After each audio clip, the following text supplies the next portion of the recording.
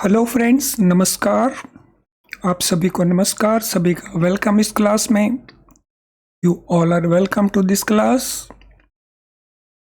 इस live class में जितने स्टूडेंट्स ऑलरेडी ज्वाइन कर चुके हैं वो क्विकली कंफर्म करें आपका ऑडियो वीडियो आपको एक्सेसिबल है।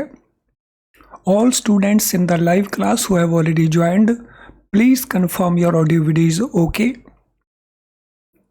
तो अगर आप रिकॉर्डेड वर्जन को देख रहे हैं तो आपको कंफर्मेशन की ज़रूरत नहीं है।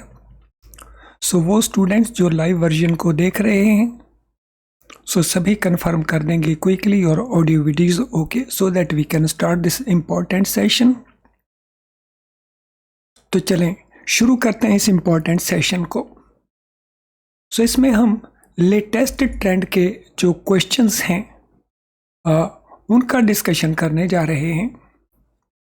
तो ये हमारे सामने पहला क्वेश्चन है।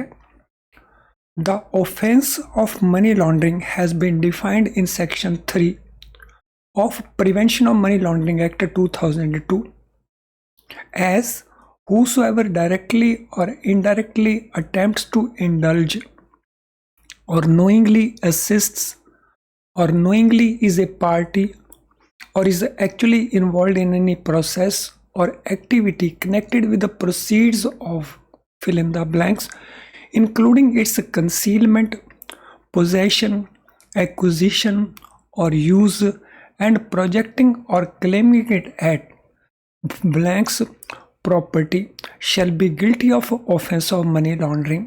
तो यहाँ पे जो डेफिनेशन दिया गया है वो डेफिनेशन किसका दिया गया है? तो यहाँ पे डेफिनेशन दिया गया है ऑफेंस ऑफ मनी लॉन्ड्रिंग, यानी मनी लॉन्ड्रिंग के अंदर अपराध का डेफिनेशन। और ये डेफिनेशन कहाँ पे है? सेक्शन 3 के अंदर। किस एक्ट में? Prevention of money laundering act में। तो ये सारे के सारे क्वेश्चंस बनते हैं। अब ये डेफिनेशन क्या दिया हुआ है? Whosoever, कोई भी पर्सन डायरेक्टली सीधे तौर पे या इनडायरेक्ट तौर के ऊपर अटेम्प्ट करता है या जानबूझ करके किसी को सहायता करता है और जानबूझ के वो पार्टी बनता है, जानबूझ के वो अपने आप को इन्वॉल्व करता है किस तरह के प्रोसेस या एक्टिविटी में? जो प्रोसीड्स ऑफ, इसमें फिल इन द ब्लैंक्स के हमारे पास ऑप्शंस हैं, तो इनमें से देखना हमने कौन सा ऑप्शन एप्रोप्रिएट बनेगा।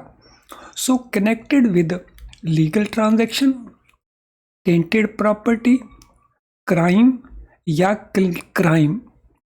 तो यहाँ पे हमारा जो ऑप्शन आंसर बनता है proceeds of what? So proceeds of crime. अब क्राइम में हमारे पास इन दोनों में से कोई भी ऑप्शन बन सकता है। अनटेंटेड प्रॉपर्टी जो दागदार प्रॉपर्टी है, क्लीन प्रॉपर्टी जो दागदार नहीं है, including its concealment, possession, acquisition, use, projecting और claiming it to be clean property shall be guilty of offence of money laundering. तो यहाँ पे अनटेंटेड प्रॉपर्टी, अनटेंटेड मीन्स जिसके ऊपर किसी प्रकार का कोई दाग नहीं है, बेदाग। पहले मैंने दागदार बोला था, वो गलत बोला था। अनटेंटेड मीन्स जिसके ऊपर कोई दाग नहीं है। तो this is most appropriate one. तो यहाँ पे हमारा आंसर आ जाएगा अनटेंटेड प्रॉपर्टी। तो ऑप्शन आंसर हमारा बन जाएगा C. So this is question number 1। तो चलें अब चलते हैं क्वेश्चन नंबर 2 के ऊपर। If a walk-in customer carries out a transaction or series of transactions, connected transactions valuing over how much amount customer procedure is mandatory।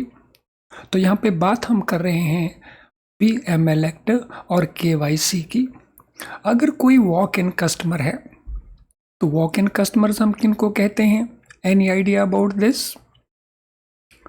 ऐसे customers जो banking transactions करते हैं लेकिन उनके हमारे पास अकाउंट नहीं है। So non account based relationship वाले कस्टमर्स को हम कहते हैं वॉक इन कस्टमर्स। अगर कोई ऐसी वो ट्रांजैक्शन करता है या सीरीज ऑफ ट्रांजैक्शंस करता है जो कनेक्टेड ट्रांजैक्शंस हैं जिनका वैल्यू एक पर्टिकुलर अमाउंट से ऊपर है, तो फिर CIP मैंडेटरी हो जाएगा, कस्टमर आइडेंटिफिकेशन प्रोसीजर मैंडेटरी हो जाएगा। तो यहाँ पे हमारे पास ऑप्शंस हैं 1,75,000 या 1,50,000 एंड 50,000। तो ये जो CIP है कब मैंडेटरी हो जाएगा? CIP मैंडेटरी हो जाएगा अगर ट्रांजैक्शन वैल्यू 50,000 रुपये से ऊपर की है। तो यही रिजर्व बैंक ऑफ इंडिया की KYC गाइडलाइंस हैं और यही PML एक्ट के प्रोविजंस हैं। तो उनके मुताबिक अबव 50,000 हमारा आंसर बन जाएगा। चलें अब हम चलते हैं अगले क्वेश्चन के ऊपर। Which of the following request of a minor can be accepted related to his account? हमारे पास माइनर के नाम से अकाउंट है, उसमें वो कुछ रिक्वेस्ट हमें देता है, हमने बताना है उसकी किस रिक्वेस्ट को हम एक्सेप्ट कर सकते हैं। सो विच रिक्वेस्ट कैन बी एक्सेप्टेड। तो चलिए देखते हैं ये कौन कौन सी रिक्वेस्ट हैं। Issue of cheque book, issue of ATM और debit card, opening of account jointly with another minor, natural guardian does not include step mother और स्टेप फादर। तो यहाँ पे हमने देखना है कि कौन कौन सी स्टेटमेंट्स करेक्ट हैं या उसकी रिक्वेस्ट को एक्सेप्ट किया जा सकता है। ना देखिए क्या आंसर आपका बनता है।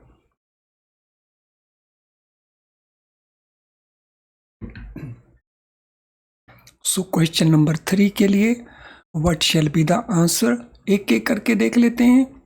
इश्यू ऑफ चेक बुक किया जा सकता है, ATM और डेबिट कार्ड किया जा सकता है, joint account with another minor ये परमिट नहीं किया जा सकता, नेचुरल गार्डियन में जो स्टेप मदर हैं स्टेप फादर हैं वो शामिल नहीं होते। तो दिस इज ऑल्सो करेक्ट। तो अब हम देख लेते हैं हमारे ऑप्शन आंसर्स हैं कौन का करेक्ट बनता है। तो ये हमारे ऑप्शन आंसर्स हैं। तो क्विकली रिलेट कर लीजिए और देख लीजिए कौन सा आंसर करेक्ट बनता है। तो ब्रॉडली स्टेटमेंट नंबर 1, 2 एंड 4 ये 3 स्टेटमेंट्स करेक्ट हैं and this is our answer. 1, 2 and 4 ये स्टेटमेंट्स करेक्ट हैं। So this is our answer. Friend इससे पहले कि हम अगले क्वेश्चन को कवर करें, this is important information for you. हम free live class daily basis के ऊपर कंडक्ट करते हैं हमारे यूट्यूब चैनल के ऊपर, वही चैनल जिसके ऊपर आप इस समय ये वीडियो वॉच कर रहे हैं। ये क्लासेस JIB के लिए, CIB के लिए और प्रमोशन एग्ज़ाम के लिए हैं। इन क्लासेस में हम कॉन्सेप्ट्स को डिस्कस करते हैं, उनसे रिलेटेड क्वेश्चंस को डिस्कस करते हैं, क्वेश्चंस की हम प्रैक्टिस करवाते हैं और केस स्टडीज़ की भी प्रैक्टिस करवाई जाती है बीच बीच में। अगर आप ऑलरेडी इन क्लासेस को ज्वाइन नहीं कर रहे तो this mean you are missing something very important जो आपके JIB CIB प्रमोशन एग्ज़ाम के लिए बहुत बहुत यूज़फुल है। तो हमारे चैनल में इन क्लासेस को इमीडिएटली आप ज्वाइन कर सकते हैं। अगर आपने पहले इनको ज्वाइन नहीं किया तो इनकी रिकॉर्डिंग पड़ी है, तो उस रिकॉर्डिंग को यूज़ करके आप अपनी JIB की प्रेपरेशन को, CIB की प्रेपरेशन को, प्रमोशन एग्ज़ाम की प्रेपरेशन को बेटर कर सकते हैं। तो चलिए अब हम चलते हैं अगले क्वेश्चन के ऊपर। The primary source of money laundering and financing of terrorism risk is. So जो मनी लॉन्ड्रिंग का रिस्क है, फाइनेंसिंग ऑफ टेररिज्म का रिस्क है, इसका जो प्राइमरी सोर्स है वो कहाँ पे है? ये हमारे ऑप्शंस हैं। कस्टमर्स हैं, नेचर ऑफ प्रोडक्ट्स हैं, country of incorporation of the bank हैं, nature and value of transactions हैं और ये हमारे ऑप्शंस हैं। सभी चारों हैं, पहले 3 हैं, 1, 3, 4 हैं या 2, 3, 4 हैं। तो हमने बताना है primary source of money laundering. So देखिए क्या आंसर बनता है इस क्वेश्चन का, क्वेश्चन नंबर 4।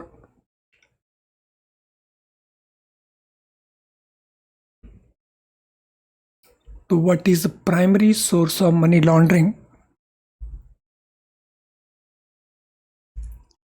तो चलिए एक एक करके इनको हम एग्जामिन करते हैं। क्या कस्टमर्स प्राइमरी सोर्स हैं? यस, कस्टमर्स ट्रांजैक्शंस करते हैं, इसीलिए कस्टमर्स सोर्स हैं। नेचर ऑफ प्रोडक्ट्स, क्या मनी लॉन्ड्रिंग का ये सोर्स है? यस, नेचर ऑफ प्रोडक्ट्स जैसे रेमिटेंस प्रोडक्ट्स हैं तो उनमें money laundering and financing of terrorism का रिस्क ज़्यादा रहता है, so that also is correct. Country of incorporation of the bank, bank कहाँ इनकॉर्पोरेट हुआ, वो कहाँ रजिस्टर्ड है? ऐसे कई कंट्रीज़ हैं जहाँ के बैंक रजिस्टर्ड हैं वहाँ पे, अगर तो वहाँ मनी लॉन्ड्रिंग की एक्टिविटीज़ बहुत होती हैं, तो ये भी एक रेलेवेंट आस्पेक्ट हो गया। Then nature and value of transactions, transaction की नेचर कैसी है, ट्रांजैक्शंस जेन्युइन है या जेन्युइन नहीं है, ट्रांजैक्शन की वैल्यू कैसी है। अगर बड़ी बड़ी ट्रांजैक्शंस हो रही हैं तो it can be a source of money laundering.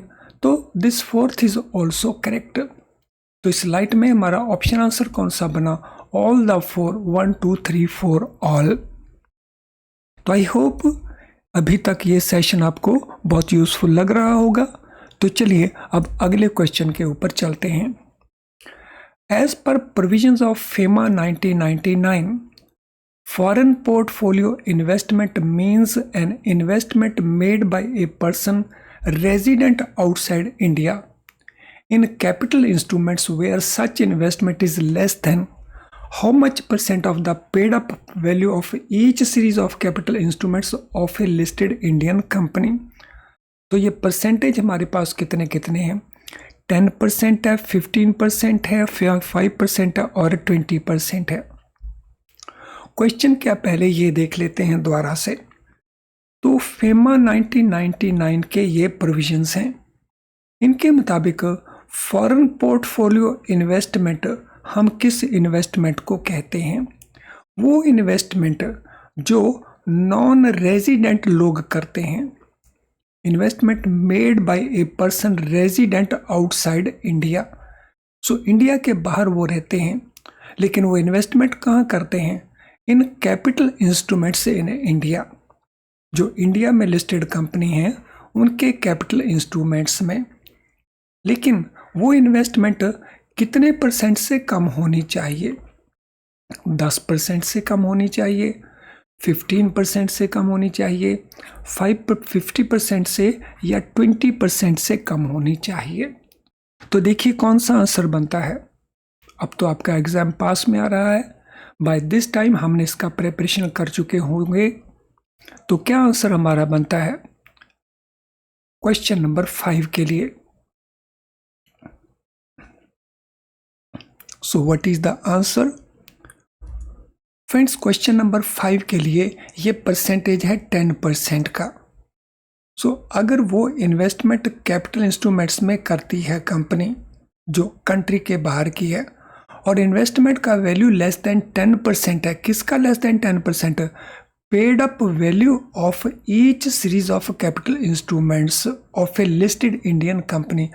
वो इंडियन कंपनी जिसकी कैपिटल में वो पैसा लगाया होगा वो लिस्टेड कंपनी होनी चाहिए।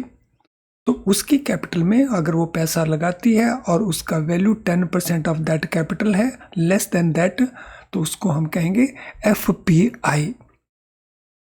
तो चलिए अगले क्वेश्चन के ऊपर चलते हैं। फ्रेंड्स ये सारे क्वेश्चन जो हम डिस्कस कर रहे हैं ये सारे के सारे ही इंपॉर्टेंट हैं। इनमें से कोई भी क्वेश्चन एज इट इज़ भी या इसी प्रकार से भी पूछा जा सकता है। तो चलिए क्वेश्चन नंबर 6 के ऊपर चलते हैं। Which of the following statements related to non-resident external rupee account scheme are true or false? तो यहाँ पे हम किस स्कीम की बात कर रहे हैं? NRERA, नॉन रेजिडेंट एक्सटर्नल रूपी अकाउंट, NRE रूपी अकाउंट RA। तो इसमें हमने बताने हैं कौन सी स्टेटमेंट ट्रू है और कौन सी स्टेटमेंट फॉल्स है। तो कुछ स्टेटमेंट हमें यहाँ पे दे रखी हैं, तो let us see these statements. First statement, NRE account can be maintained by NRI and PIO. So this is first statement. Statement 2, These accounts can be opened with authorized dealers and certain other banks, including cooperative banks, authorized by RBI to maintain such accounts. Statement 3. These can be fixed deposit accounts only. Number 4. Joint accounts are permitted for 2 or more NRIs and PIOs. तो हमने बताना क्या है, कौन कौन सी statement इसमें true है और कौन कौन सी स्टेटमेंट इसमें फॉल्स है, और ये डिसाइड करने के बाद ये हमारे पास 4 गिवन ऑप्शंस हैं। तो इन ऑप्शंस में हमने पिकअप करना है कौन सा आंसर करेक्ट बनेगा। तो देखिए इसमें कौन सा आंसर करेक्ट बनता है आपका। हम यहाँ पे बात कर रहे हैं NRERA अकाउंट की, नॉन रेजिडेंट एक्सटर्नल रुपी अकाउंट। सो सभी स्टेटमेंट्स को एक बार पढ़ लीजिए, एग्जामिन करिए और फिर आंसर प्रोवाइड करें।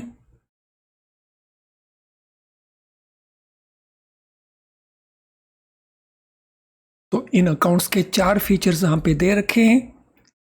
सो कौन सा फीचर करेक्ट बनता है, that is what we have to tell. तो चलें एक एक करके देख लेते हैं। NRE अकाउंट को NRI खोल सकते हैं, करेक्ट। PIO भी खोल सकते हैं, तो this statement is true. These accounts can be opened with authorized dealers and certain other banks, including cooperative banks, authorized by RBI to maintain such accounts. तो अथॉराइज डीलर बैंक तो खोल ही सकते हैं, इसके अलावा दूसरे भी बैंक्स हैं जिनको रिजर्व बैंक ने ये परमिशन दिया हुआ है, तो वो भी ओपन कर सकते हैं। तो ये है हमारा स्टेटमेंट नंबर 2 और ये स्टेटमेंट भी हमारा करेक्ट है। These can be fixed deposit account only. तो ये केवल फिक्स्ड डिपॉजिट अकाउंट हो सकते हैं। ये स्टेटमेंट हमारा ट्रू नहीं है, ये स्टेटमेंट हमारा फॉल्स है, क्योंकि NRERA account it can be opened as current account, it can be opened as saving bank account, it can be opened as FD account, it can be opened as RD account even. तो ये statement false है। Joint accounts are permitted for 2 और more NRIs and PIOs। So 2 या 2 से ज़्यादा NRI PIOs joint account open कर सकते हैं, तो ये स्टेटमेंट भी ट्रू है। तो अगर हम इसकी लाइट में देखते हैं तो ऑप्शन C हमारा करेक्ट आंसर बन जाता है। तो चलिए अब हम चलते हैं अगले क्वेश्चन के ऊपर। What is minimum and maximum tenor of term deposit of non-resident external rupee account? इन्हीं अकाउंट्स का जिनका हम डिस्कशन ऊपर 6 नंबर क्वेश्चन में कर रहे थे, हमने बताना है इनका मिनिमम एंड मैक्सिमम पीरियड क्या रहता है टर्म डिपॉजिट का। तो ये हमारे ऑप्शन आंसर्स हैं।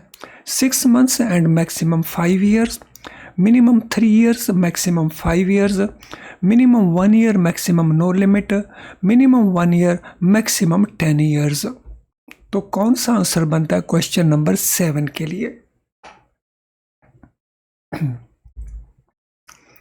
सो देखिए क्या आंसर बनेगा।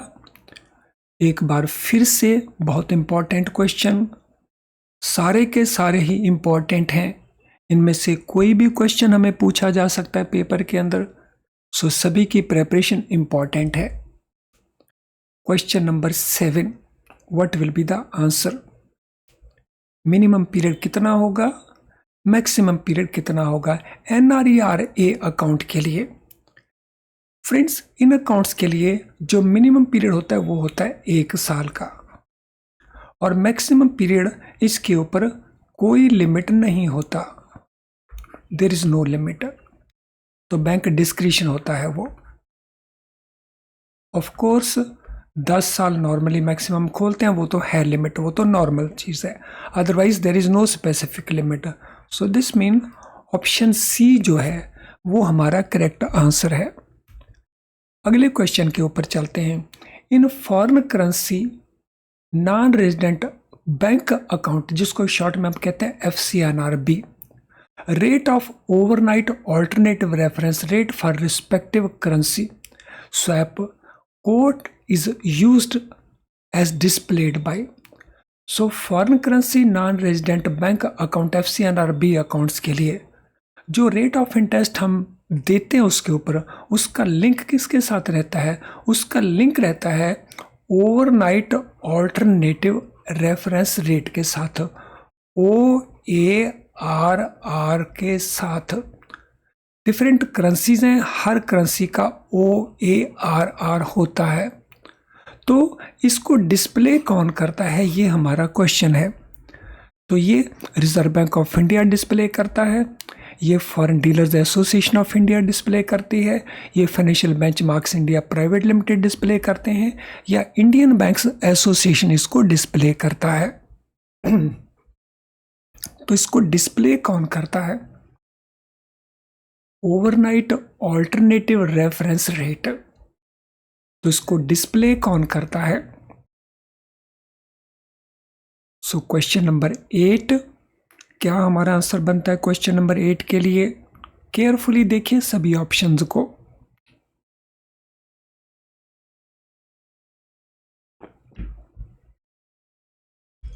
फ्रेंड्स, इसको डिस्प्ले करता है financial benchmarks India limited.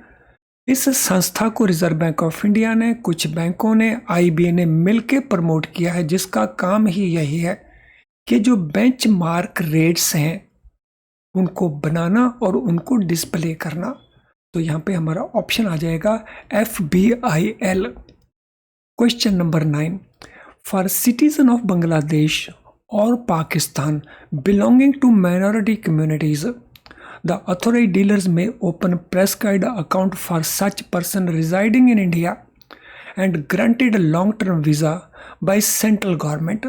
This account can be opened for a period of how much and can be renewed at what intervals. तो इसके ऑप्शंस भी हम डिस्प्ले लेते हैं, ये हमारे ऑप्शंस हैं। तो क्वेश्चन को एक बार फिर से अंडरस्टैंड करेंगे। जो सिटीजन्स बांग्लादेश के हैं या पाकिस्तान के हैं और वहाँ की वो माइनॉरिटी कम्युनिटीज़ के सिटीजन्स हैं, वहाँ की माइनॉरिटी कम्युनिटीज़, तो हमारे अथॉराइज्ड डीलर इंडिया वाले उनके नाम से अकाउंट ओपन कर सकते हैं अगर वो पर्सन इंडिया में रिजाइड कर रहे हैं और उनको long term visa central government ने दिया हुआ है। सो इस अकाउंट को कितने पीरियड के लिए खोला जा सकता है, दैट इज क्वेश्चन नंबर 1। और उसको रिन्यू भी किया जा सकता है किन इंटरवल्स के ऊपर, यानी बार बार उसको रिन्यू किया जा सकता है। तो वो रिन्यूअल पीरियड कितना है? तो ये हमारा ऑप्शन आंसर्स हैं। So question number 9, what shall be the answer? So पहले ये अकाउंट कितने पीरियड के लिए इनिशियली खोला जाएगा और फिर उसको बार बार कितने पीरियड के बाद रिन्यू किया जाएगा। क्वेश्चन नंबर 9, देखिए क्या आंसर बनता है। माइनॉरिटी कम्युनिटी के पाकिस्तानी एंड बांग्लादेशी सिटीजन्स जो इंडिया में रहते हैं और उनको लॉन्ग टर्म वीज़ा गवर्नमेंट ने ग्रांट किया हुआ है।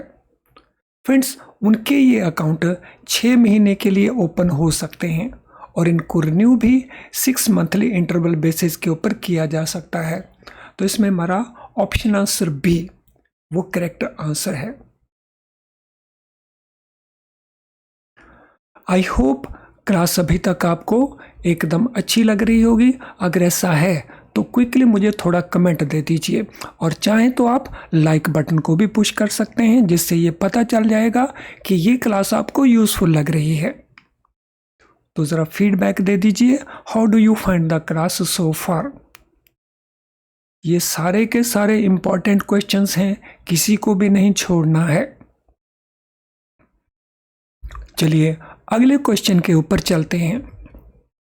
The prescribed aggregate ceiling on investment by NRIs and PIOs raised to how much % if a special resolution to that effect is passed by central body of Indian company। अगर कोई Indian company उसकी general body meeting के अंदर, उसकी general body share holders की उस meeting के अंदर अगर एक स्पेशल रेजोल्यूशन पास कर दिया जाए तो जो एग्रीगेट सीलिंग इन्वेस्टमेंट की है NRIs के द्वारा और PIOs के द्वारा, तो उसको रेज किया जा सकता है, उसको इंक्रीज किया जा सकता है। उसको कितने परसेंट तक इंक्रीज किया जा सकता है, ये क्वेश्चन है। 20% तक, 35% तक, 30% तक या 24% तक, कितने परसेंट तक उसको इंक्रीज किया जा सकता है। So that is the question. तो देखिए क्या ऑप्शन बनता है। सो फॉर एग्जाम्पल, अगर किसी कंपनी ने परमिट किया हुआ है कि 10% तक ही हम NRI PIO की इन्वेस्टमेंट लेंगे, तो इस इन्वेस्टमेंट के अमाउंट को उसके जो शेयर होल्डर्स हैं जनरल बॉडी मीटिंग में उस अमाउंट को इंक्रीज कर सकते हैं एक स्पेशल रेजोल्यूशन पास करके। कितने तक रेज कर सकते हैं वो फ्रेंड्स? वो रेज कर सकते हैं उसको 24% तक। तो 24% तक वो रेज कर सकते हैं किसको? Investment by NRIs and PIOs in their capital. Question number 11 के ऊपर चलते हैं। Read the statements below and locate which is true and which is false with reference to EFC account. EFC account क्या होते हैं? Exchange earners foreign currency account. Exchange earners foreign currency account. तो यहाँ पे स्टेटमेंट्स गिवन है, हमने उसमें से क्या लोकेट करना है? हमने लोकेट करना है कौन सी स्टेटमेंट ट्रू है और कौन कौन सी स्टेटमेंट फॉल्स है। और ये हमारे ऑप्शन आंसर्स हैं और ये हमारे ऑप्शंस के लिए। तो ये 4 स्टेटमेंट्स हैं और इनके बाद ये ऑप्शन आंसर्स हैं। तो सभी स्टेटमेंट्स को केयरफुली रीड करिए और फिर आंसर प्रोवाइड करिए। ये 4 स्टेटमेंट में से कौन कौन सी स्टेटमेंट ट्रू है। तो question number 11, what will be the answer? देखिए क्या आंसर बनेगा क्वेश्चन नंबर 11 के लिए।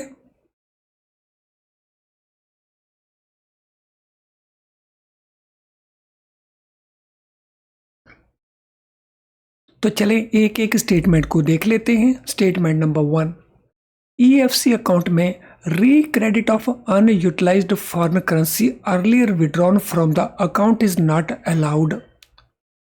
तो अगर फॉरेन करेंसी विड्रॉ किया है इस अकाउंट से, तो जैसा इसका नाम है ये फॉरेन करेंसी का अकाउंट है, तो अगर इसमें से फॉरेन करेंसी को विड्रॉ किया था अर्लियर लेकिन उसको यूज नहीं किया, तो इसे अकाउंट में वापस डिपॉजिट नहीं करवाया जा सकता। तो ये स्टेटमेंट है, हमने ये देखना है कि ये स्टेटमेंट ट्रू है कि फॉल्स है। फ्रेंड्स, ये स्टेटमेंट ट्रू नहीं है, ये स्टेटमेंट फॉल्स है क्योंकि इसको डिपॉजिट करवाया जा सकता है। Repayment of trade related loans and advances can be credited to EFC account. अगर रीपेमेंट हुई है किसी ट्रेड रिलेटेड लोन या एडवांस की, तो उसके पैसे को इस अकाउंट में क्रेडिट किया जा सकता है। तो this is a true statement. Disinvestment proceeds received can be credited to this account. अगर अकाउंट होल्डर ने कंट्री के बाहर कोई इन्वेस्टमेंट की थी फॉरेन करेंसी में, अब उसका पैसा वापस आ रहा है, तो उसे इस अकाउंट में क्रेडिट किया जा सकता है। तो this also is true. Payments received in foreign exchange by Indian startup arising out of sales exports made by the startup or its overseas subsidiaries, so that can also be credited to this account। अगर वो कोई startup है तो उसकी sales हैं country के बाहर हो रही या एक्सपोर्ट उसने किए हैं, उसका पैसा आ रहा है, तो उसे भी क्रेडिट किया जा सकता है। तो दिस ऑल्सो इज ट्रू। सो इसकी लाइट में हमारा ऑप्शन आंसर कौन सा करेक्ट हुआ? Option A is the right answer. तो चलें अब चलते हैं अगले क्वेश्चन के ऊपर। सो अगर हम ब्रॉडली देखें तो जब तक हम डीप स्टडी नहीं करते हैं अपने सिलेबस की, तो इन क्वेश्चंस को आंसर करना हमारे लिए डिफ़िकल्ट रहेगा। इसीलिए कॉन्सेप्ट्स की डीप स्टडी हमारे लिए बहुत बहुत इम्पॉर्टेंट है। तो चलिए अगले क्वेश्चन के ऊपर चलते हैं। Indian agent of shipping or airline companies incorporated outside India can maintain an account of local expenses of overseas company। These accounts can be credited from freight or passage fare collection in India, remittance by principal outside India. तो यहाँ पे पहले हम question को understand कर लेते हैं। Indian agent हैं जो शिपिंग एंड एयरलाइन कंपनीज के, जो कंट्री के बाहर इनकॉर्पोरेटेड हैं, यानी फॉरेन कंपनीज या एयरलाइंस हैं जो इंडिया के बाहर की हैं लेकिन इंडिया में उनके एजेंट काम कर रहे हैं, वो हमारे यहाँ पे अकाउंट ओपन कर सकते हैं local expenses of overseas company को मीट करने के लिए। लेकिन इन अकाउंट्स में क्रेडिट आना चाहिए, तो इनमें क्रेडिट कहाँ से आएगा? फ्रेट और passage fare collection in India, वो क्रेडिट आ सकते हैं। Remittance by principal outside India, तो जो कंपनी आउटसाइड इंडिया है उसका प्रिंसिपल, उसका मेन ऑफिस आउटसाइड इंडिया है, वो यहाँ पैसा रिमिट कर सकती है। तो ये हमारे पास ऑप्शन आंसर्स हैं। ऑप्शन है केवल 1 नंबर करेक्ट है, ऑप्शन है केवल 2 नंबर करेक्ट है, 1 एंड 2 दोनों ही करेक्ट हैं, या 1 और 2 दोनों में से कोई भी करेक्ट नहीं है। तो हमने लोकेट करना है अब इसमें आंसर कौन सा है क्वेश्चन नंबर 12 के लिए। सो what is answer for question number 12? Friends, ये जो क्रेडिट होना है पैसा, ये उसने जो एजेंट ने फ्रेट या पैसेज फेयर कलेक्ट किया इंडिया में, वो इसमें क्रेडिट हो सकता है। इसके अलावा जो प्रिंसिपल कंपनी आउटसाइड इंडिया, वो भी यहाँ पे पैसा भेज सकती है, यानी ये दोनों ही पॉसिबल हैं। तो ऑप्शन सी हमारा करेक्ट आंसर बनता है। अब हम चलेंगे क्वेश्चन नंबर 13 के ऊपर। Which of the following has helped to transform earlier payment systems into a state-of-the-art payment infrastructure in India? India में जो पेमेंट सिस्टम है, तो इस समय लेटेस्ट पेमेंट सिस्टम है जिनको हम कहते हैं state of the art payment infrastructure. तो पहले ये इतने अच्छे नहीं थे, तो इसमें किस चीज़ ने हेल्प की है इनको state of the art payment infrastructure बनाने में? तो ये हमारे अलग अलग ऑप्शंस हैं, स्टेटमेंट्स हैं, इनमें से हमने पिकअप करना है किसने किया है, और फिर ये हमारे पास ऑप्शंस हैं और हमें बताना है इनमें से कौन सी ऑप्शन करेक्ट है। तो पहले यहाँ पे हम देखें किसका रोल रहा है। तो ये 4 हमें स्टेटमेंट्स दी हैं कि इनका रोल रहा है, इन्होंने हेल्प किया है, और फिर उसके बेसिस के ऊपर ये हमारा आंसर है। इनमें से हमने ऑप्शन आंसर चूज करना है। तो देखिए इनमें से किस किस ने हेल्प किया है इंडियन पेमेंट सिस्टम को ट्रांसफॉर्म होने में, स्टेट ऑफ द आर्ट बनाने में। यस, सभी स्टेटमेंट्स को एक एक करके देखिए और देखिए किसने हेल्प की है। तो आप अपने आंसर अपनी कॉपी में लिखते रहिए और फिर टैली करते चलिए। तो चलें एक एक करके देख लेते हैं किन का रोल रहा है। Delivery versus payment for government security transactions, ये तो करेक्ट है, इसने तो इंपॉर्टेंट रोल प्ले किया है। Cheque truncation system CTS and nationwide grid clearing, तो इसने भी बहुत इंपॉर्टेंट रोल प्ले किया है। नेशनल ऑटोमेटेड क्लियरिंग हाउस, इसका भी बहुत इंपॉर्टेंट रोल है। And structured financial messaging system SFMS, तो इसका भी इंपॉर्टेंट रोल है। यानी चारों का इंपॉर्टेंट रोल है, जिसके चलते हुए हमारा जो अर्लियर पेमेंट सिस्टम था वो अब किस प्रकार का पेमेंट सिस्टम बन गया है, state of the art payment system बन चुका है। तो ऑप्शन ए हमारा करेक्ट आंसर बनता है। The study titled fee based financial services market, new opportunities and threats in the internet age, तो ये किसने कंडक्ट की? which stated that market for retail and commercial fee-based financial services will exceed that for interest-based services globally.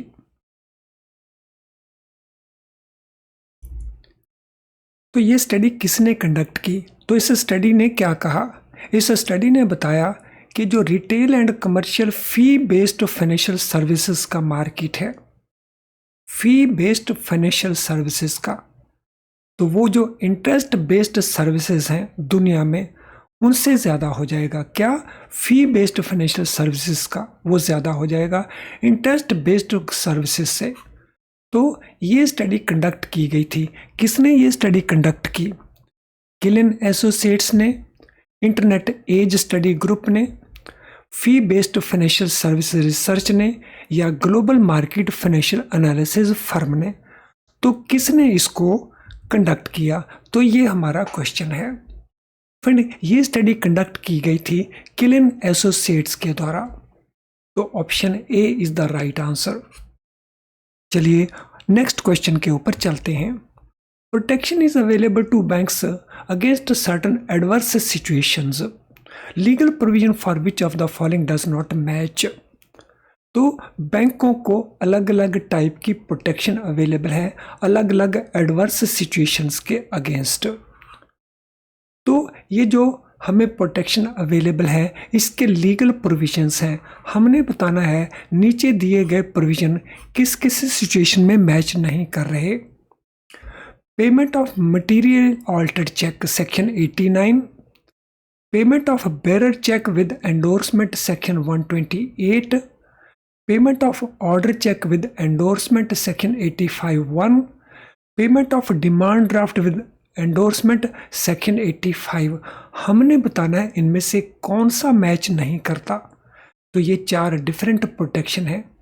पहली protection है material altered check के लिए, दूसरा bearer check के ऊपर एंडोर्समेंट के केस में, तीसरा ऑर्डर चेक के ऊपर एंडोर्समेंट के केस में, और चौथा डिमांड ड्राफ्ट के ऊपर एंडोर्समेंट वाले चेक को डीडी को पे करने के केस में। तो कौन कौन सी करेक्टली मेंशन्ड है वो हमने बतानी है क्वेश्चन नंबर 15 के लिए। तो देख लेते हैं इनको एक एक करके। मटीरियल ऑल्टर चेक अगर हम पेमेंट कर देते हैं तो कुछ कंडीशन अगर सेटिस्फाई होती हैं तो सेक्शन 89 हमें प्रोटेक्शन देता है। तो this is correct. Demand draft endorsement के साथ है, उसको अगर हम पे कर देते हैं तो सेक्शन 85 हमें प्रोटेक्शन देता है। This also is correct. Order cheque का एंडोर्समेंट के साथ सेक्शन 85(1) में हमें प्रोटेक्शन वो प्रोवाइड करता है अगर हम उसकी पेमेंट करते हैं। जो बेरर चेक है अगर वो एंडोर्स्ड है तो उसकी अगर हम पेमेंट करते हैं तो हमें प्रोटेक्शन कौन देता है? सेक्शन 128 नहीं, वो प्रोटेक्शन अवेलेबल है हमारी सेक्शन 85(2) के साथ। तो ये उसका करेक्ट आंसर था, इसलिए ऑप्शन बी हमारा आंसर बन जाता है। Which of the following is correct regarding parties in a bill of exchange? Bill of exchange में अलग अलग पार्टीज होती हैं। हमने बताना है इनमें कौन सी स्टेटमेंट हमारी करेक्ट स्टेटमेंट है। तो बिल ऑफ एक्सचेंज कौन बनाते हैं? बिल ऑफ एक्सचेंज ड्रॉ करते हैं सेलर्स। किस पर्पस के लिए यूज करते हैं? वो ड्रॉ करते हैं बायर के ऊपर उससे पैसा रिकवर करने के लिए। तो चलिए क्या क्या स्टेटमेंट्स हैं। ड्रॉर हम किसको कहेंगे? The person who is to make the payment उसको कहा जाएगा drawer. Drawee the person who orders to make the payment. Payee the person who is to obtain the payment. Acceptor the person who accepts the bill for honour though he has no intention to pay. तो हमने बताना है इनमें से कौन सी party correctly stated है। तो चलिए देखिए कौन सी पार्टली करेक्टली स्टेटेड है। Which of the following is correct regarding parties in a bill of exchange. So हमने बताना है कौन सी स्टेटमेंट करेक्टली मैच्ड है। Question number 16। अगर आपने एनआई एक्ट में बिल ऑफ एक्सचेंज को ठीक से पढ़ा है तो फिर इस क्वेश्चन को आप आसानी से आंसर कर सकते हैं। तो चलिए देखिए क्या आंसर बनता है क्वेश्चन नंबर 16 के लिए।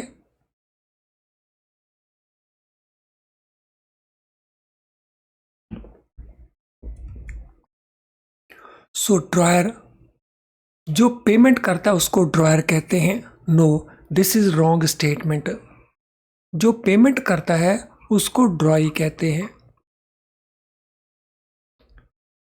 जो ऑर्डर करता है पेमेंट करने के लिए उसको ड्रॉई कहते हैं। तो ये गलत हो गया, इसको हम ड्रॉयर कहते हैं। जिसको पेमेंट लेने का अधिकार दिया जाता है। So who is to get payment, उसको पेई कहते हैं। So this is correct statement. Acceptor, वो पर्सन जो एक्सेप्ट करता है ऑनर के लिए और उसकी कोई इंटेंशन नहीं होती पे करने की। नो, उसकी इंटेंशन होती है पे करने की, इसलिए this statement is also false. तो इसमें वर्ड नॉट एक्सेसिव है, तो this mean option C is our answer. चलिए अगले क्वेश्चन के ऊपर चलते हैं। Which of the following statement is correct in connection with the check. तो चेक के बारे में कुछ स्टेटमेंट्स गिवन है, तो देखें इनमें से कौन सी स्टेटमेंट करेक्ट है। If cheque is written as order and bearer, it is payable to order. If nothing is written as to payable to bearer or order, it is payable to bearer. If nothing is written as to payable to bearer or order, it is payable as order. And if both are written, it is payable as bearer. If nothing is written as to payable to bearer or order, it is not valid check. तो देखिए इनमें से कौन C option हमारी correct answer बनती है। सो कोई भी चेक पेबल टू ऑर्डर भी हो सकता है, पेबल टू बेरर भी हो सकता है। ऑर्डर मीन्स पेमेंट उसी पर्सन को करेंगे जिसका नाम उसमें लिखा है। बेरर मीन्स इसका पेमेंट कोई भी पर्सन ले सकता है। तो क्वेश्चन नंबर 17 में हमारा आंसर क्या बनेगा, तो देख लेते हैं इसमें हर एक स्टेटमेंट को कि वो ट्रू है कि फॉल्स है। If cheque is written as order and bearer both, अगर ऑर्डर एंड बेरर दोनों ही लिखे गए हैं तो उसको पेबल टू ऑर्डर माना जाएगा। तो ये तो रॉन्ग स्टेटमेंट है, उसको पेबल टू बेरर माना जाएगा। If nothing is written as to payable to bearer और ऑर्डर, तो उसको पेबल टू बेरर माना जाएगा। तो ये भी रॉन्ग है, तो उसको पेबल टू ऑर्डर माना जाएगा। सो अगर दोनों लिखे गए हैं तो वो बेरर मानेंगे, अगर दोनों में से कुछ नहीं लिखा तो ऑर्डर मानेंगे। If nothing is written as to payable to bearer और order, it is payable as order, अगर कुछ नहीं लिखा तो ऑर्डर है, अगर दोनों लिखे हैं तो पेबल टू बेरर है। तो ये हमारा करेक्ट आंसर बन गया। If nothing is written as to payable to bearer order, it is not valid. No, valid तो वो रहेगा, तो ये स्टेटमेंट भी गलत हो गई। तो ऑप्शन सी हमारा आंसर बन गया। तो ब्रॉडर फंडा क्या है, अगर ऑर्डर बेरर दोनों में से कुछ नहीं लिखा तो उसको ऑर्डर माना जाएगा, अगर ऑर्डर बेरर दोनों लिखे हैं तो उसको बेरर माना जाएगा। Section 25 of which act accords same right and remedies to the payee, that is beneficiary, against dishonor of electronic funds transfer instructions under insufficiency of funds as available under section 138 of negotiable instrument act। NI act की 138 section में क्या right available है, जो holder है किसी भी check का वो केस फाइल कर सकता है, सूट फाइल करके उसके अमाउंट को रिकवर कर सकता है फ्रॉम द ड्रॉयर। इसी प्रकार का right electronic funds transfer instructions के ऊपर अवेलेबल है, अगर वो ऑनर नहीं होती because of insufficiency of funds. लेकिन ये सेक्शन 25 में अवेलेबल है, किस एक्ट की किस सेक्शन में अवेलेबल है, सेक्शन तो 25 है, एक्ट कौन सा है, तो ये हमारे ऑप्शन आंसर्स हैं। नेगोशिएबल इंस्ट्रूमेंट एक्ट है, बैंकिंग रेगुलेशन एक्ट है, payment and settlement system act है, या इंफॉर्मेशन टेक्नोलॉजी एक्ट है। तो हमने बताना है एक्ट का नाम क्या है जिसमें dishonour of electronic funds transfer instructions को उसी प्रकार का माना जाएगा जिस प्रकार से सेक्शन 138 एनआई एक्ट में चेक के डिसऑनर को माना जाता है। Question number 25, so what is the answer.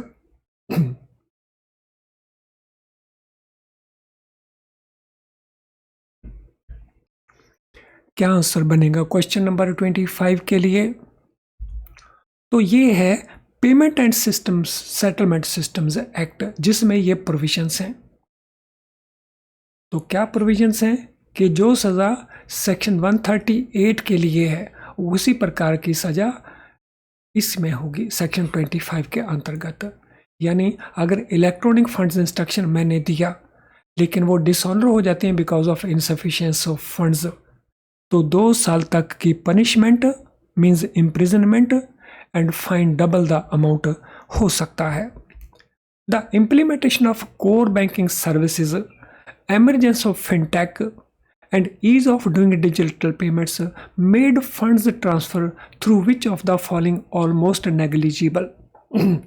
तो जब से कोर बैंकिंग सर्विसेज को इम्प्लीमेंट किया है सीबीएस को, या जो फिनटेक सर्विसेज हैं वो आई हैं, या डिजिटल पेमेंट को आसान कर दिया है तो फंड्स ट्रांसफ़र के लिए, तो इनमें से कौन सी सर्विस हमें लिखता है कि अब वो नेग्लिजिबल है, यानी किस सर्विस को यूज़ नहीं किया जा रहा।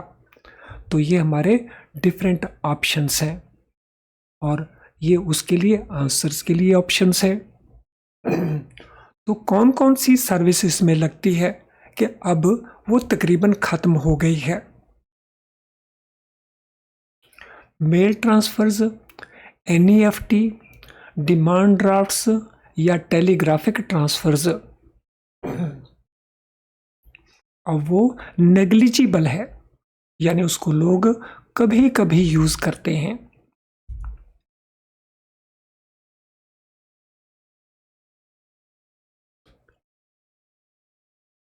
तो किनको कभी कभी यूज करते हैं,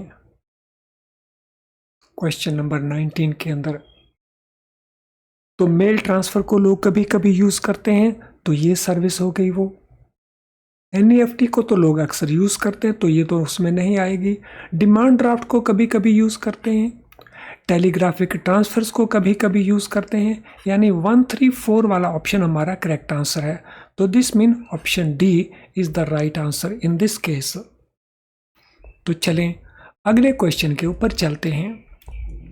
Which of the following particulars are mandatory while issuing a demand draft? अगर डिमांड ड्राफ्ट इशू किया जाए तो कौन से पर्टिकुलर्स देना हमारे लिए मैंडेटरी रिक्वायरमेंट है।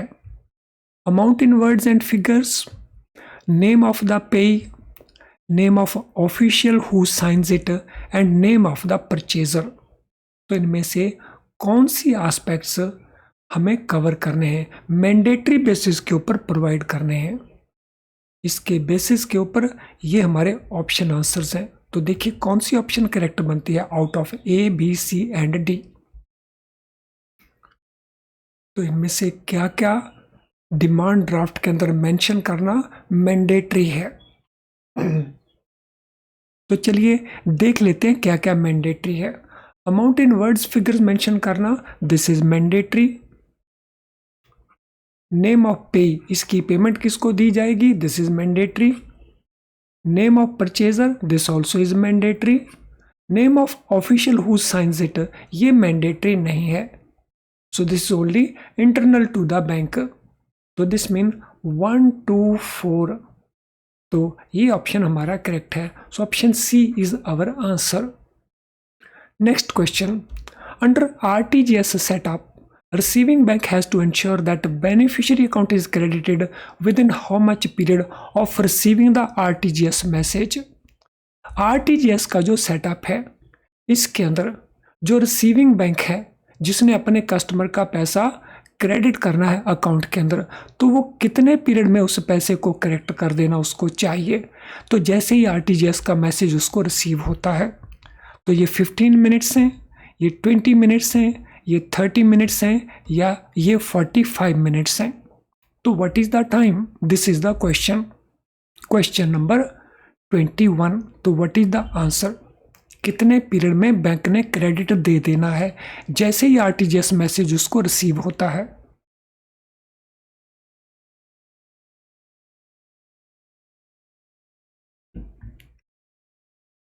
सो what is answer for question number 21। सो 21 का आंसर बनता है हमारा 30 मिनट्स। सो 30 मिनट में उसको क्रेडिट कर देना होगा। तो ऑप्शन सी हमारा आंसर बनता है। फ्रेंड्स, इससे पहले कि हम अगले क्वेश्चन को डिस्कस करें, so this is important information for you. Friend, JEB की प्रिपरेशन करते समय अगर आप अभी तक हमारे वीडियो लेसन्स को यूज़ नहीं कर रहे तो you are missing something very very important, क्योंकि इन वीडियो लेसन्स में कॉन्सेप्ट्स को बहुत अच्छे से क्लियर किया हुआ है, वो भी बहुत शॉर्ट बना करके। तो जब इनको यूज़ करेंगे तो तकरीबन सारे कॉन्सेप्ट्स आपको अच्छे से अंडरस्टैंड हो जाते हैं।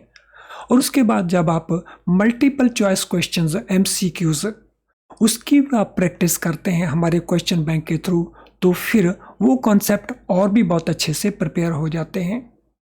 तो जब आप इन दोनों को यूज़ करेंगे तो आपकी प्रिपरेशन बहुत अच्छी हो जाएगी, जिसके चलते आपकी पास होने की जो पॉसिबिलिटीज़ हैं वो बहुत इंक्रीज़ कर जाती हैं। तो ये best quality very low priced video lessons और क्वेश्चन बैंक आपको मिलेगा कहाँ पे? तो ये मिलेगा हमारी वेबसाइट के ऊपर।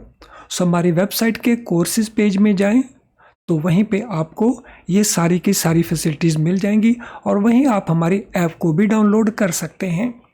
फ्रेंड, आज के सेशन में जितने भी क्वेश्चंस हम डिस्कस कर रहे हैं PPB के, वो हमारे जो क्वेश्चन बैंक है हमारी वेबसाइट के ऊपर, तो उसमें बहुत सारे क्वेश्चंस हैं, हंड्रेड्स ऑफ क्वेश्चन जिसके अंदर आपको मिल जाते हैं। तो ये उन्हीं क्वेश्चन बैंक का पार्ट हैं, ये सारे के सारे क्वेश्चंस। तो आपने इनकी क्वालिटी तो देख ही ली है, तो आपकी बहुत अच्छी प्रिपरेशन करवा सकते हैं। तो अगर आपने इनको अभी तक यूज़ करना शुरू नहीं किया है तो you are missing something very important. तो उसको यूज़ करें और अपने पास होने की पॉसिबिलिटीज़ को इम्प्रूव करें। तो चलिए अब हम चलते हैं अगले क्वेश्चन के ऊपर। According to RBI August 2021 guidelines, there should be a transparency in allotment of lockers, and for this purpose, a branch-wise list of vacant lockers as well as should be maintained in CBS or any other software used for allotment of lockers. तो पहले हम options का display ले लें। अब दोबारा से question को अंडरस्टैंड करते हैं। रिजर्व बैंक ऑफ इंडिया की अगस्त 2021 गाइडलाइंस हैं लॉकर से रिलेटेड। तो गाइडलाइंस कहती हैं ट्रांसपेरेंसी होनी चाहिए जब हम लॉकर्स को अलॉट करते हैं, और इस पर्पज़ के लिए हमें क्या मेंटेन करना होगा? Branch wise list of vacant lockers हमें डिस्प्ले करनी होगी, लिस्ट मेंटेन करनी होगी। और इसके साथ हमें क्या मेंटेन करना होगा? Booking list, Q list, allocation list या वेट लिस्ट। और ये कहाँ मेंटेन करनी होगी? हमारे CBS में या इसी प्रकार के किसी और सॉफ्टवेयर में। तो क्या मेंटेन करना है?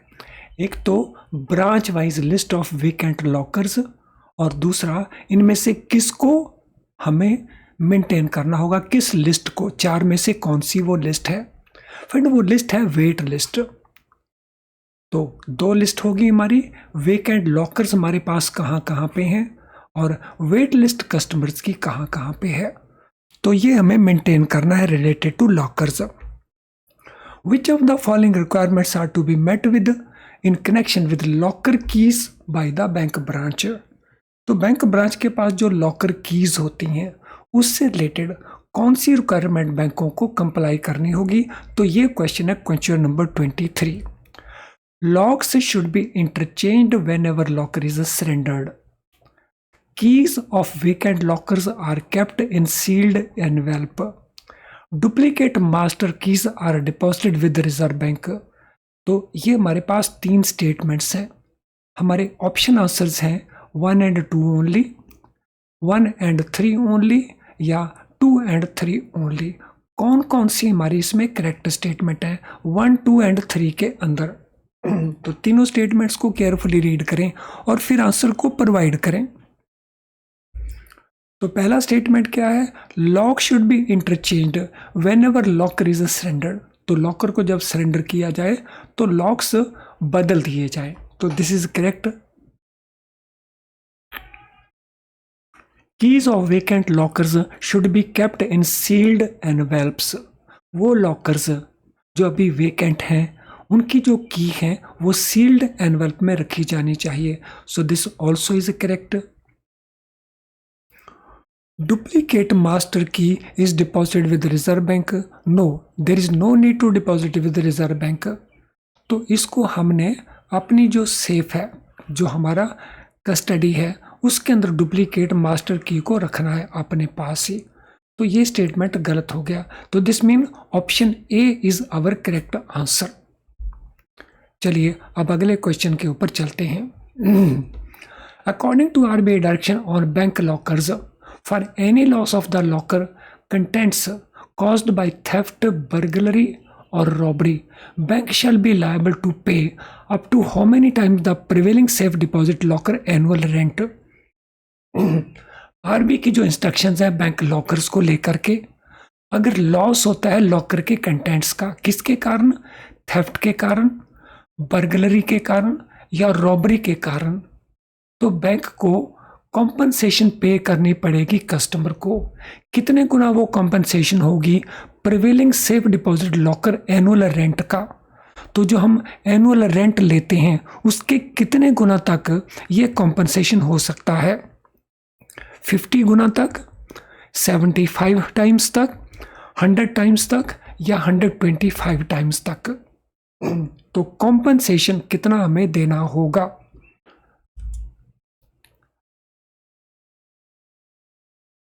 तो ये कॉम्पनसेशन होगा 100 टाइम्स का। किसका 100 टाइम्स? जो हम एनुअल रेंट ले रहे हैं। सो सेफ डिपॉजिट लॉकर का जो एनुअल रेंट है उसके 100 गुना तक। तो ये कॉम्पनसेशन लॉस के लिए हमें देना होगा। Question number 25, banks engaged in merchant banking activities pertaining to handling of issue of debt or equity securities for their corporate customers need to obtain registration with them as which type of merchant bankers? तो वो merchant activities, merchant banking activities अगर merchant bankers करना चाहते हैं और वो activity issue of debt and equity securities को relate करना पड़ता है उनके कॉर्पोरेट कस्टमर्स के लिए, तो उनको रजिस्ट्रेशन लेनी पड़ेगी। किसके साथ रजिस्ट्रेशन होगी? नंबर 1। और ये रजिस्ट्रेशन किस कैटेगरी के मर्चेंट बैंकर के तौर के ऊपर होगी? तो रिजर्व बैंक के साथ ये रजिस्ट्रेशन लेनी होगी टियर 1 मर्चेंट बैंकर के तौर के ऊपर। सेबी के साथ लेनी होगी कैटेगरी 1 मर्चेंट बैंकर के तौर के ऊपर। एनएससी के, नेशनल स्टॉक एक्सचेंज के साथ लेनी होगी क्लास 1 मर्चेंट बैंकर के तौर के ऊपर, या पीएफआरडीए के साथ लेनी होगी टाइप 1 मर्चेंट बैंकर के तौर के ऊपर। क्वेश्चन नंबर 25, क्या आंसर बनता है क्वेश्चन नंबर 25 का?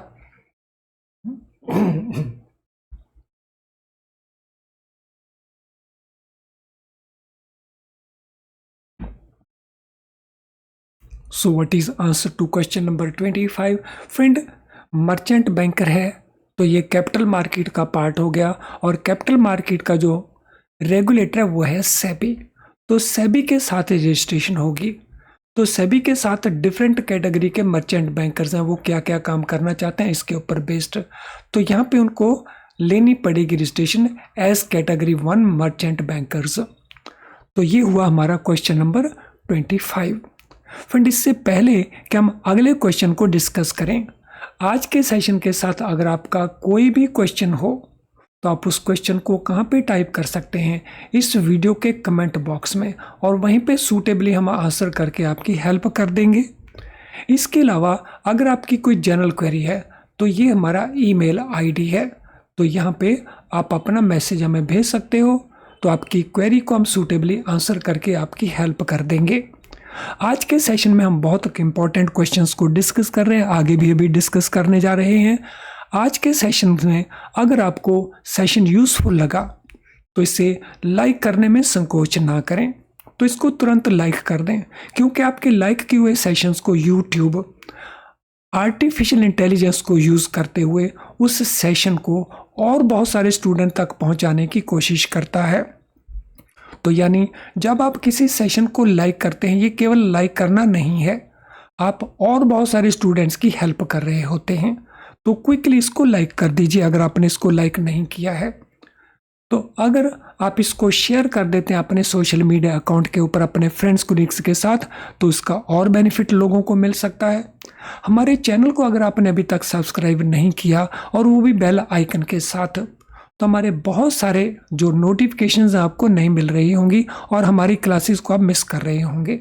तो अगर आप चाहते हैं कि आप हमारी सभी क्लासेस को टाइमली बेसिस के ऊपर ज्वाइन कर सकें तो चैनल को केवल सब्सक्राइब ही ना करें, तो सब्सक्राइब के साथ साथ बेल आइकन को भी ज़रूर पुश कर देना ताकि आपको हमारे नोटिफिकेशन इमीडिएटली मिलते रहें। तो चलें अब हम चलते हैं अगले क्वेश्चन के ऊपर। According to RBI guidelines on financial inclusion, business facilitators may be used for providing which of the facilitation services। तो आरबीआई की फाइनेंशियल इंक्लूजन की गाइडलाइंस हैं। उन गाइडलाइंस में जो बिजनेस फैसिलिटेटर्स सर्विसेज प्रोवाइड करते हैं उनकी फैसिलिटेशन सर्विसेज हम किस किस एरिया में ले सकते हैं। तो ये हमारे पास डिफरेंट ऑप्शंस हैं, स्टेटमेंट्स हैं और ये उसके ऊपर बेस्ड हमारी ऑप्शंस हैं। तो हमने बताना है ए बी सी डी में कौन सा आंसर करेक्ट बनता है। तो पहले इन सभी स्टेटमेंट्स को रीड करिए केयरफुली। क्वेश्चन नंबर 26 की ये सभी स्टेटमेंट्स को रीड कर लें। Identification of the borrower and fitment of activities, तो ये फैसिलिटेशन सर्विस वो प्रोवाइड कर सकते हैं कि नहीं कर सकते? यस, वो प्रोवाइड कर सकते हैं। Collection and preliminary processing of loan applications including verification of primary information or data, क्या ये सर्विस वो प्रोवाइड कर सकते हैं? यस, वो प्रोवाइड कर सकते हैं। Processing and submission of application to banks, क्या ये सर्विस वो दे सकते हैं? यस, वो दे सकते हैं। Disbursement of small value loans, ये वो नहीं कर सकते, तो दिस इज आउट। तो this mean option B is our right answer. तो चलिए अगले क्वेश्चन के ऊपर चलते हैं। Financial inclusion and financial literacy are considered to be twin pillars. तो फाइनेंशियल इंक्लूजन, फाइनेंशियल लिटरेसी, इनको दो जुड़वे पिलर के तौर के ऊपर माना जाता है। हमारी स्टेटमेंट क्या है? So which stimulates the demand side making people aware of what they can demand. Number 2, which activities stimulate the supply side by OECD providing the financial market services what people demand। तो इनमें हमने बताना है कौन सी activity in दोनों में जो demand side को बढ़ावा देती है और इनमें कौन सी एक्टिविटी सप्लाई साइड को इंप्रूव करती है। तो financial inclusion and financial literacy के बीच में हमने इस आंसर को प्रोवाइड करना है। So financial stability and economic growth, savings account and investment opportunities, economic development and banking regulation, या financial literacy and financial inclusion। तो यहाँ पे हमारा ऑप्शन आंसर बनेगा financial literacy and financial inclusion, क्योंकि फाइनेंशियल लिटरेसी जो है वो डिमांड साइड को इंक्रीज करती है, क्योंकि जैसे जैसे लोग अवेयर होते हैं फाइनेंशियल प्रोडक्ट्स में वो डिमांड करते हैं बैंकों से लेके जा करके। और जो फाइनेंशियल इंक्लूजन है वो सप्लाई साइड को स्टिमुलेट करती है। तो एक इसमें डिमांड साइड को और दूसरी सप्लाई साइड को स्टिमुलेट करती हैं। Each rural self employment training institute is expected to offer how many skill development programmes in a financial year of which duration covering various areas. Agriculture programmes, product programmes, processing programmes, general programmes. तो कितने programmes? 30 से 40, 1 से 6 week के, 40 से 50, 6 से 8 week के, 20 से 30, 1 से 4 वीक्स के, या 10 से 20, 8 से 10 वीक्स के। तो कितने programme, skill development programmes normally वो ऑफर करे और उनकी ड्यूरेशन क्या रहे। सो नॉर्मली कोई भी जो rural self employment training institute है तो वो 30 से लेके 40 ऐसे प्रोग्राम ऑफर करे जिनका ड्यूरेशन 1 से लेके 6 वीक्स हो, यानी option A is the right answer. The institutional setup prescribed by Reserve Bank of India for banks for customer service includes which of the following। Reserve bank of India ने customer service के लिए एक institutional setup prescribe किया हुआ है, तो इनमें क्या क्या इंक्लूडेड है। सो देखें ये सेटअप क्या है। Number 1, Customer Service Committee of the Board. Number 2, Standing Committee on Customer Service.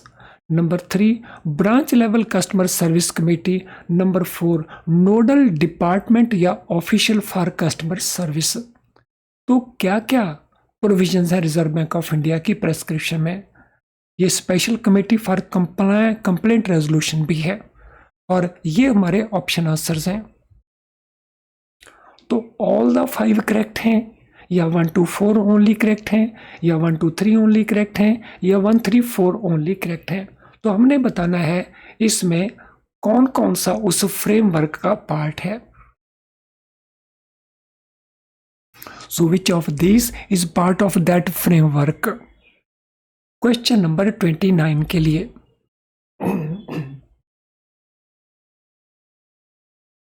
देख लेते हैं एक एक करके। कस्टमर सर्विस कमेटी बोर्ड की होनी चाहिए, this is correct. Standing committee होनी चाहिए कस्टमर सर्विस की, this is correct. Branch level customer committee service की होनी चाहिए, this is correct. Nodal department होना चाहिए for customer service, so this also is correct. Special committee होनी चाहिए कंप्लेंट रेजोल्यूशन के ऊपर, इस प्रकार का प्रोविजन इसके अंदर नहीं है। तो यहाँ पे हमारे पास आंसर कौन सा बना? 1 2 3 4, this mean option B is the right answer. तो चलिए फ्रेंड्स, आज की क्लास को हम यहीं पे वाइंड अप करते हैं। एक बार फिर से चेक कर लीजिए, अगर आपने अभी तक इस सेशन को लाइक नहीं किया तो तुरंत इसको लाइक कर दें, और अपने फ्रेंड्स के साथ अपने सोशल मीडिया ग्रुप के थ्रू इसको शेयर कर लें। और चैनल को अगर आपने अभी तक सब्सक्राइब नहीं किया है तो बेल आइकन के साथ सब्सक्राइब कर लें, ताकि हमारे सारे नोटिफिकेशन आपको कंटिन्यू मिलते रहें। Thank you friends and all the best.